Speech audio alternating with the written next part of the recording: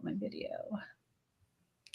Hello, hello, hello. Today I am here with some amazing women talking about the inside approach to business.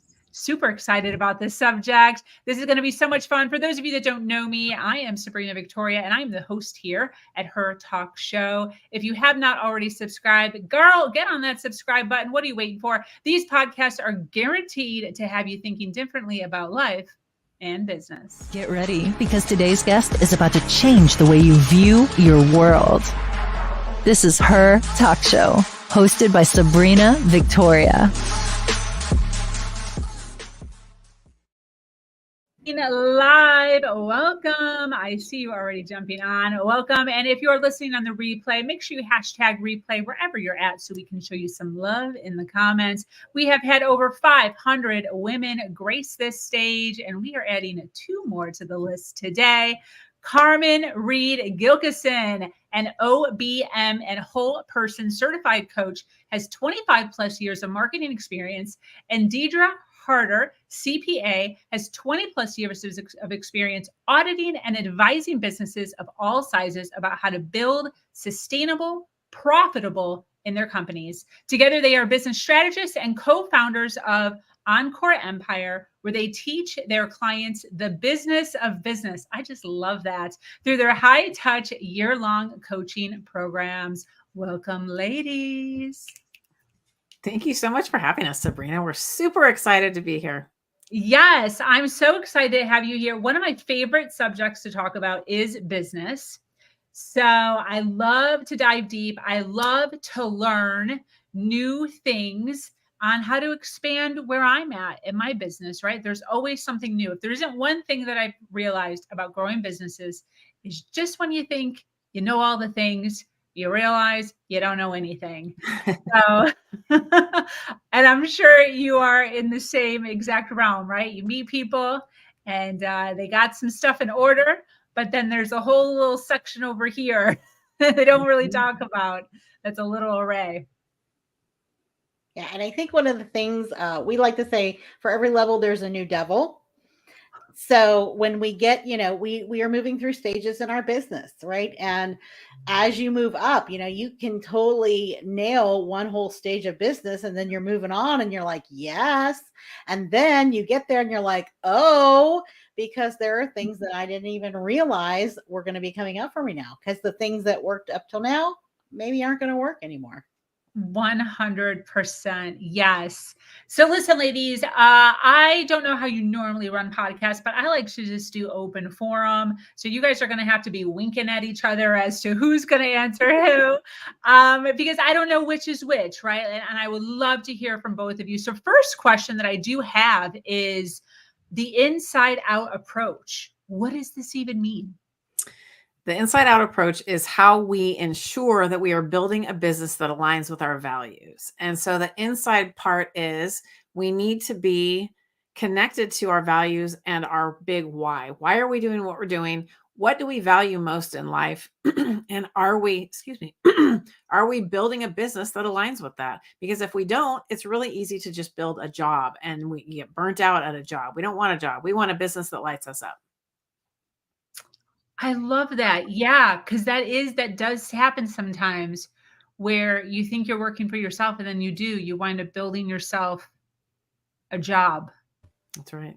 So starting with the why. Mm-hmm. Yeah. And I think the other part of this on the inside, it's, we always talk about business values, right? Like these are this is the mission and this is the values that we hold, but we have to start with ourselves, because we all start as solopreneurs. No matter how we grow our business, we can go the boutique model where it's just us and a small team, or we could go total empire where we have a really big team, but it all starts with us. And we're the ones that have to start with our own values. And that translates over into the company and the culture.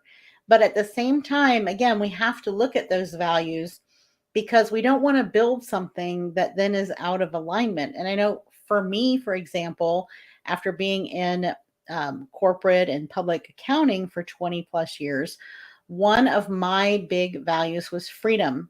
And it was freedom in all aspects of life, not just economic freedom, but the freedom to work where I wanted, with whom I wanted, when I wanted. So when I first, one of the paths I began to take in my entrepreneurial journey, and I think we all kind of go down different paths as we're building, was to do what I did before and just do it for myself. And I think a lot of experts do this.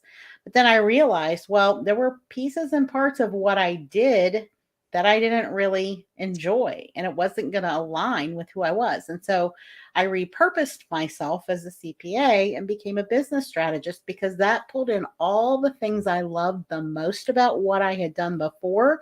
And it eliminated all the things that I did not enjoy, such as IRS tax deadlines. Yes, same. Why is, let's start with this. When? So for those of us, I'm certain that already those that are on live here watching, thank you so much for being here, by the way. Because they're entrepreneurs, right? They're listening in, they see the title here, and they're like, okay, what do these ladies have to say? Is this even important? Is this even something that I need? When should somebody look into investing in some eyes like yours in their business? So I think it can be, the answer varies. It depends on the person. And what really needs to be in place is a full, solid understanding of what it is you want to do. When Deirdre and I work with people, we're foundational business strategists, which mean that we want to get into, we work with B2B business owners, so business to business. And the person has to have an offer that they're selling. It has to be validated. It has to be, they have to be going through the motions and understanding this business of business to an extent. And that's when they come in and we're able to help them. Now, if you're brand new and you're starting out and you're wondering, well, how do I get into this whole online entrepreneurship thing? You also need to have expert guidance. It's just going to be different guidance, and it's going to be different levels of what you achieve depending on where you are. So guidance from the outside is always applicable. So the sooner you can get it, the better, because what happens is we don't know what we don't know at all stages. Like Deirdre was talking about, you can master one stage and get to another stage and it's like, wait a minute, what's going on here? And it's because we don't know what we don't know. So we always want to get the guidance of someone who's done it before, who understands and who can look at our business, what our goals are, our dreams are, and help make it come true. Beautiful. And for those that maybe don't know, what does a business strategist specifically do?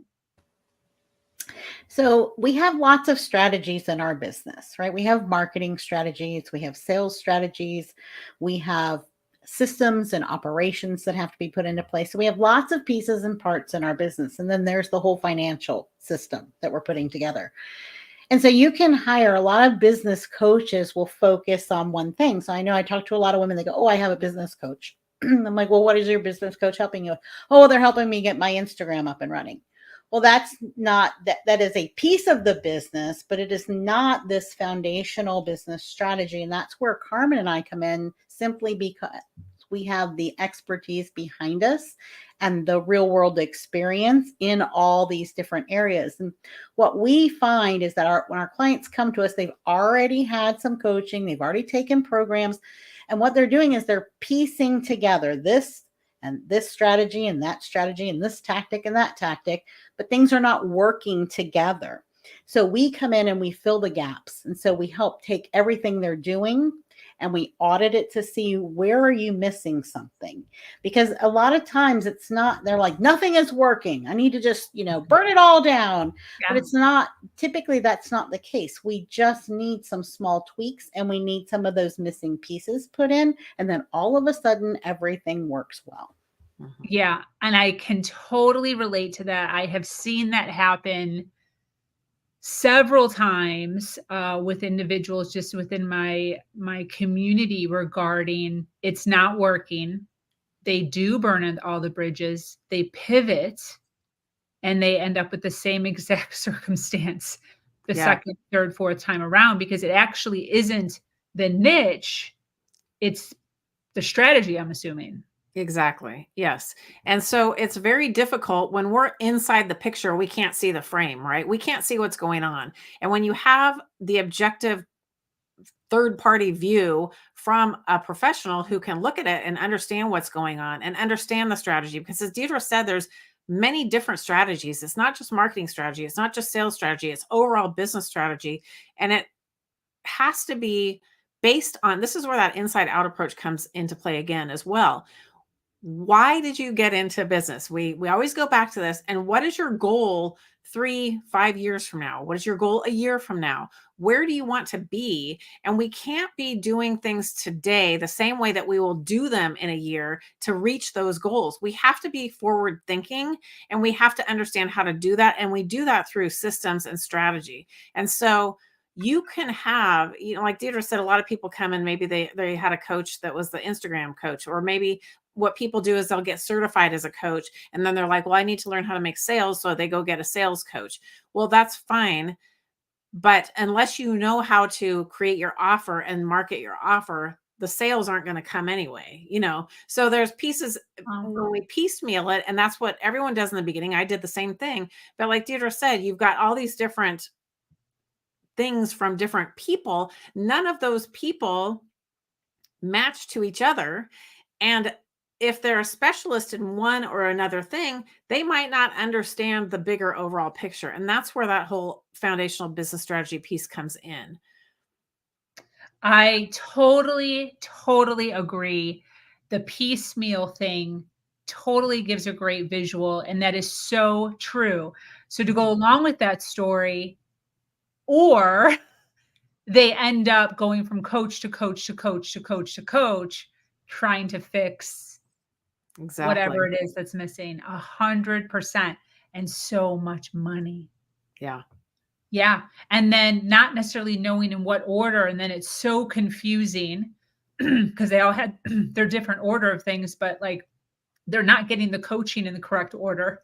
So they're learning the first part and the last part, and then maybe the middle part, but then they already forgot the first part. Exactly. So, yeah, it gets to be super, super confusing. I know that you talk a lot about foundation within the business strategy.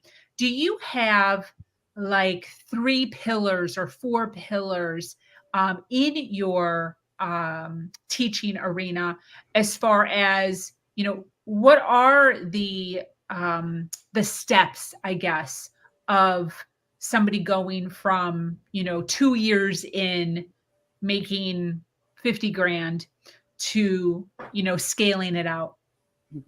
Yeah, we are huge proponents of frameworks, and not only because they work, but it also helps our clients begin to understand how to put it in the right order, because we believe in teaching them. We want them to learn to be the CEO of their company. Everyone comes in and they are a CEO by default, but we want them to be an empowered CEO. Okay. And a lot of women, especially in business, they don't see themselves that way. This comes back to that, that inside out approach, and a mindset is part of this foundation. And it is one of the big pieces. And that's why we are so passionate about doing this in a holistic manner, because the mindset is really a strategy. We have to have a strategy around our mindset just as well as we do everything else. And so we really have 5 components. And so we begin with business development, and then we move on into sales and marketing. We have mindset, we have productivity, then we have finance, legal, and compliance areas. And then we have the next level, the mission, vision, and focus for where do we take it from here. And the one part of our program I love so much, Carmen and I built this based on our past experiences going from coach to coach and program to program, is that we customize everything. So we do have a learning platform, but that's really a smaller piece of what it is that we're accomplishing. We're prescribing and customizing everything. So if you want to know how to, be a podcast guest, or you want to know how to grow your Facebook group, we have all that training there, but not everybody needs everything. And so that's where we come in, as we look at starting with the values. Let's see, what does this look like? What do you want it to be? And I think a lot of women accept what it is and hope it gets better, but we don't have to do it that way. We can design it how we want it to be, and then we will build the strategy that is going to get them there.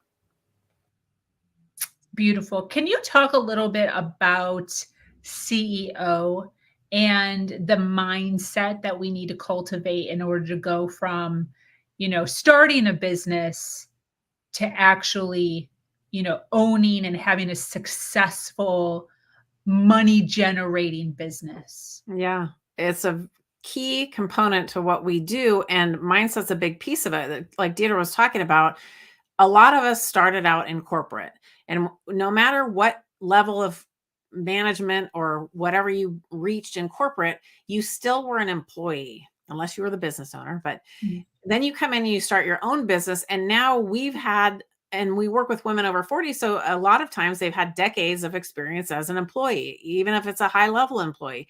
There's got to be a mindset shift into the CEO. A CEO is different because you are the steward. You have to be a good steward of the company. It's almost like there's two entities. If you're a solopreneur, it's you and it's your business. For Deirdre and I, it's me, Deirdre, and Encore Empire. We're three different entities, and it's our job as the co-CEOs to ensure the success of the business. And how do you do that?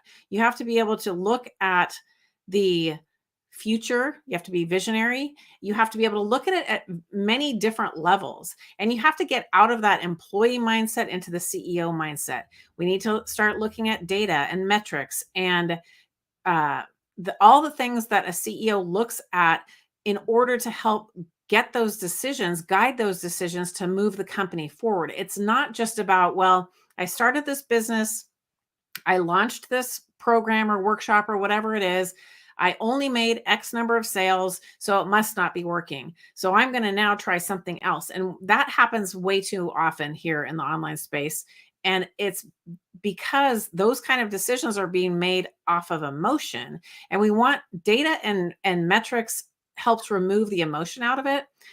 But we also don't want to become robots, right? We also want to have our women's intuition. We are very powerful beings. We can combine intuition and the data and all of that to be a very empowered CEO. And that's what Deirdre and I focus on. We want our clients to be able to walk away from working with us and understand how to assess an opportunity that comes in. Should I take it or should I not? And how do you assess it? We teach them how to look at, here's your business, here's your goals, here's what matters most to you, here's what you should focus on. But sometimes more importantly, here's what you should not focus on. Absolutely. And you said something that I hope you would be okay with expanding on. And if not, no big deal. But intuition,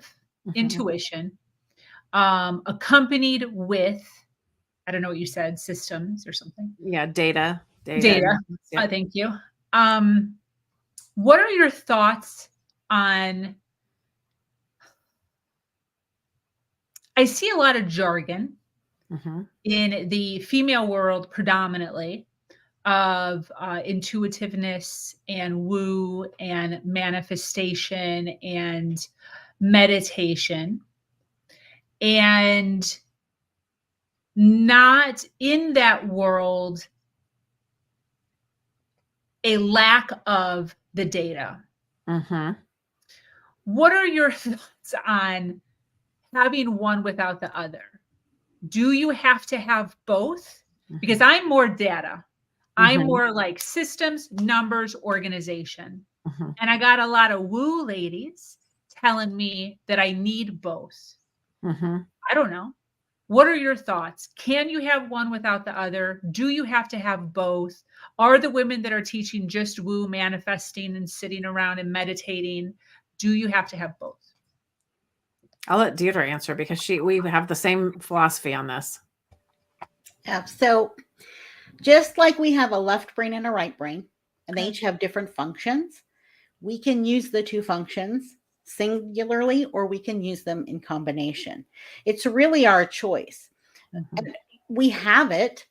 Some choose not to use the intuition, for example. So I know for a long time when I was newer in my career, I didn't have a clue about intuition. All I knew was left-brained, male-oriented, productivity, get it done, all that.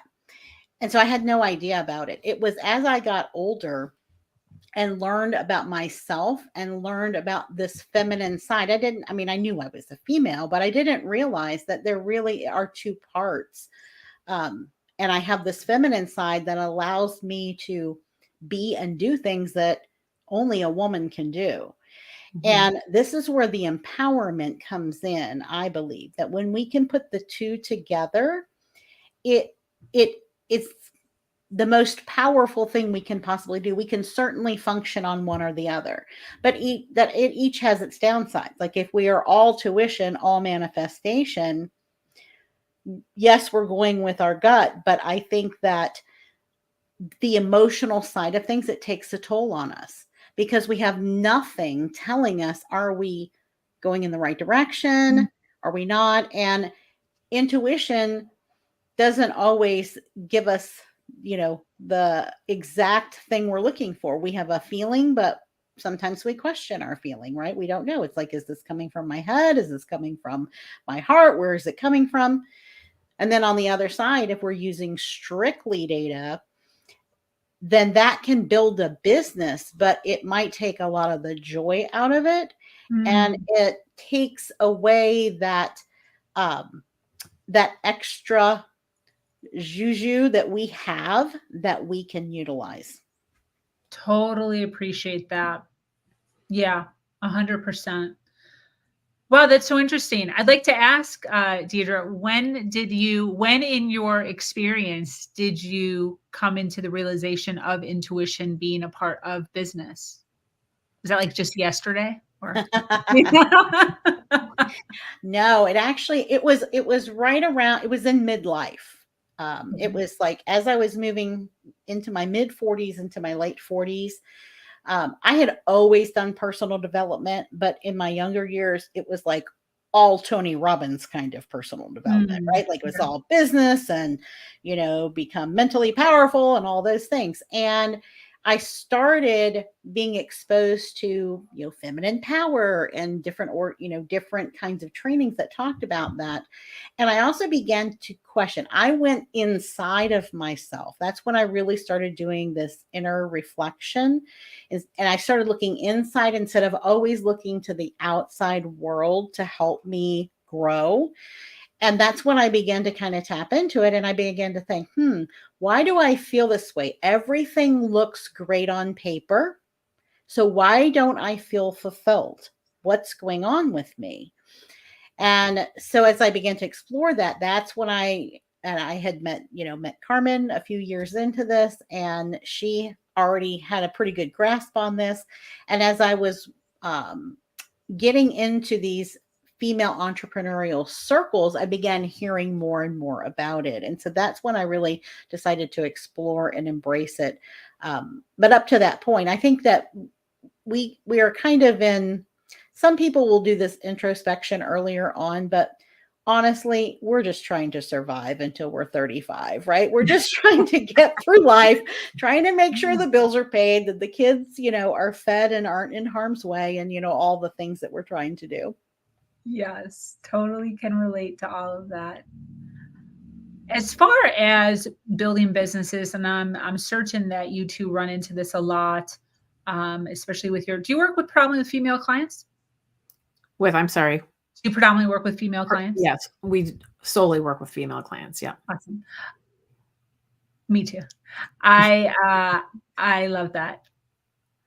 I'm certain that there are conversations around limiting beliefs. Yes. And women not being able to step into their full potential because of those limiting beliefs. What are some tactics that you could share, one or two, regarding how somebody can get over a limited belief? Yeah. So it's very important to Deirdre and I that we have a holistic approach to building a business. That's why we combine the data and the intuition. And a lot of times the limiting beliefs come from stories that we're telling ourselves. But where did the stories come from? Are they societal? Are they familial? Are they things that, something could have happened in your childhood and someone said, you're not good at math, or you're not this or whatever, and you've carried that through your whole life, but is it true? So we like to question. The curiosity is one of the biggest superpowers we have as people. And we tend to not tap into that enough. So when you can get curious about something, if you believe that you are or are not something, why are you believing that? And then how many levels down of a why can you ask around that? That's a really great way, because you can uncover things that come from way back when that you're carrying baggage around that you don't even realize.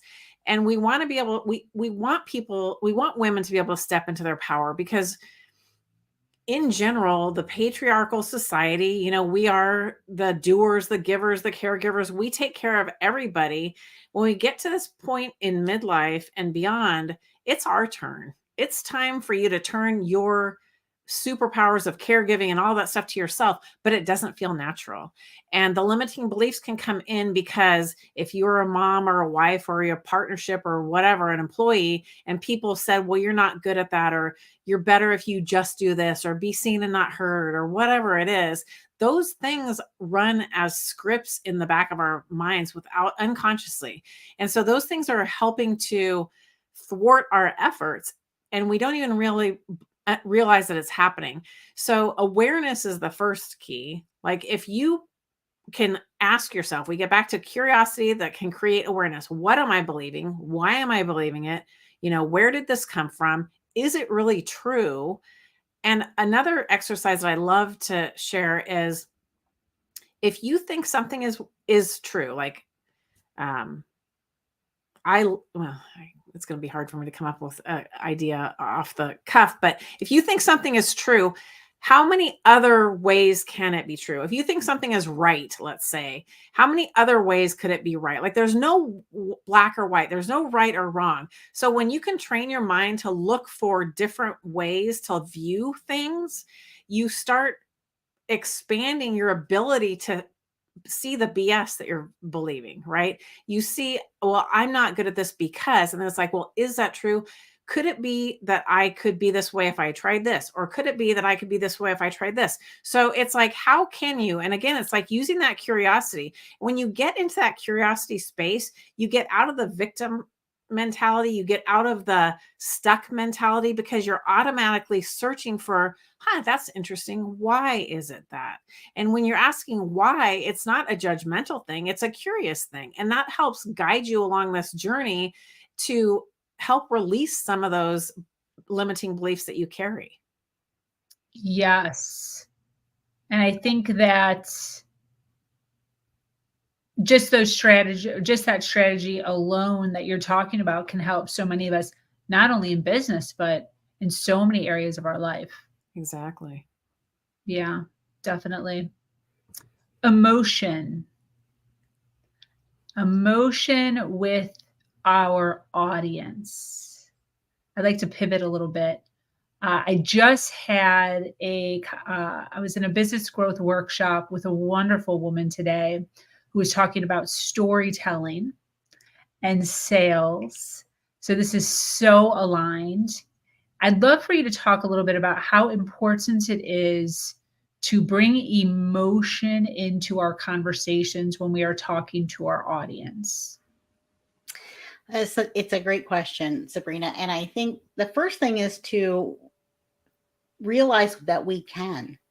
A lot of times we think that, well, we're just posting on social, right? It's like we're like shouting from the rooftops, we're throwing up billboards.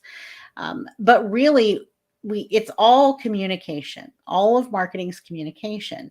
And we can have conversations just like on a telephone. One person speaks, the other listens, and then the other person speaks, and then the other person listens. It's not any different on social media. It just happens to be in different formats. So I think people get too hung up on, am I posting the right kind of content? Am I saying the right things? But when we go, well, if I were to have a conversation with somebody, what would I want to tell them? And so when we go about our marketing in having the conversation, that is how we connect on an emotional level, because we're being human to human and not just a marketing agency, throwing out all the right words. Definitely. Another aspect to that really quick is that we need to know our ideal client. And that is one of the main things that we see that is lacking from most of the people that come to work with us, is they think they do. And obviously there are varying degrees, but when you know your ideal client and you use their language in your marketing, that's when you connect on an emotional level. That's when you have those posts that and it's happened to me before. I'm sure it's happened to you. You read something, you see something, you hear something. It's like, oh my gosh, it's like they're in my head, right? They get me. That's me they're talking about. And that's what we want to elicit from this. And that requires knowing who your ideal client really is. And how do you do that? Is you get into conversation with them. So it really is what Deirdre was talking about. You're having this communication back and forth, just like you would in real life or in person, but it's happening asynchronously. Although you do have to have these conversations to understand this target market that you have.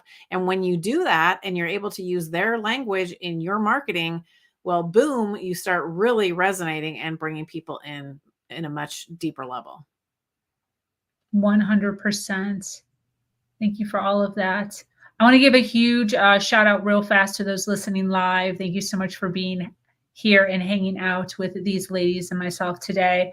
I would love for you to, obviously we're getting a really good idea of what you do and how you help. But if you could do me a huge favor for those listening live, obviously they're resonating with what you're saying. Those on the replay, making it in 31 minutes, I'm sure you're resonating.